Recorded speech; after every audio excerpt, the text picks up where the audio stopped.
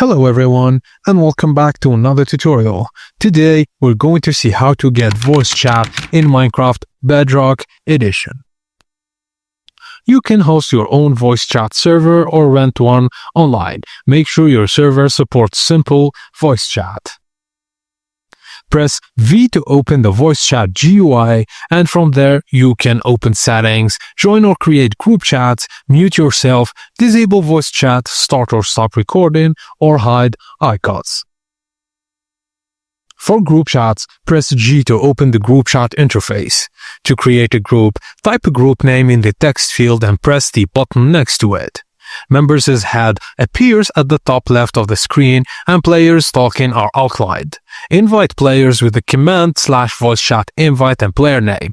Players not in a group see a group icon near your head showing they cannot talk to you. Open settings via V, then settings, and options include adjust voice chat volume, set microphone amplification, choose recording or playback device, and enable microphone testing to hear yourself and adjust activation level. And that's it guys, as simple as that. Thank you for watching, and please don't forget to like and subscribe for more.